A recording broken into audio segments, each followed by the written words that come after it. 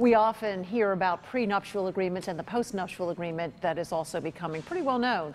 Attorney Brian Cooke is joining us to break down the differences and telling you if it's something you might want to consider. Thank you so much for joining us. Thank you for having me. Sadly, not every marriage is happily ever after. So let's start with the prenup. What is it and who should consider it? What do couples have to agree on? Prenup is a contract between intended parties, spouses, before their marriage. They generally want to segregate their non-marital assets going into the marriage in the event that the marriage ends in a divorce. They also, in prenups, want to address the alimony issue, the alimony component.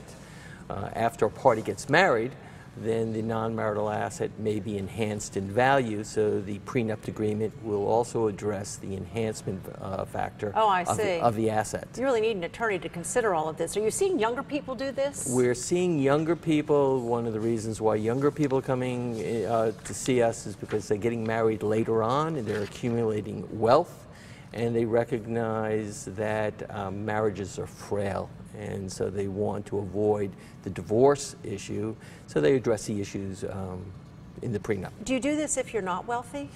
You may do it if you're not wealthy. People, though, don't see it as much and see a lawyer as much in addressing a prenup or a postnup agreement. You touched on it, but if the money and everything is separate already, or not separate maybe, let's say if your money's not separate, do you need a prenup? Are the rules different?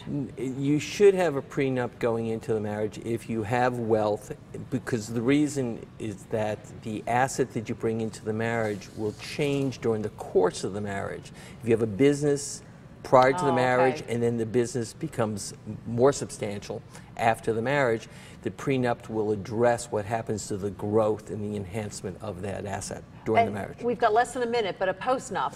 A postnup is an agreement, and by definition it's an agreement that follows the time of the marriage. The postnup agreement often arises where something happens during the marriage. If an individual who's married receives an inheritance is non-marital if you keep it separated, but they want to avoid the issue of it being commingled. Wow. So, I mean, some of the things that individuals should consider is that they should have separate attorneys because they want an arm's length transaction. They want it to be full disclosure, financial disclosure, and there should be communication between the parties. Sounds like you maybe want to talk to an attorney before you get married about these things. But absolutely. But not only should you talk to an attorney, the spouses or the parties should speak with each other. Good point. Yeah. Very good point. We're going to talk about alimony next week when you come back next week. Thank you for having me.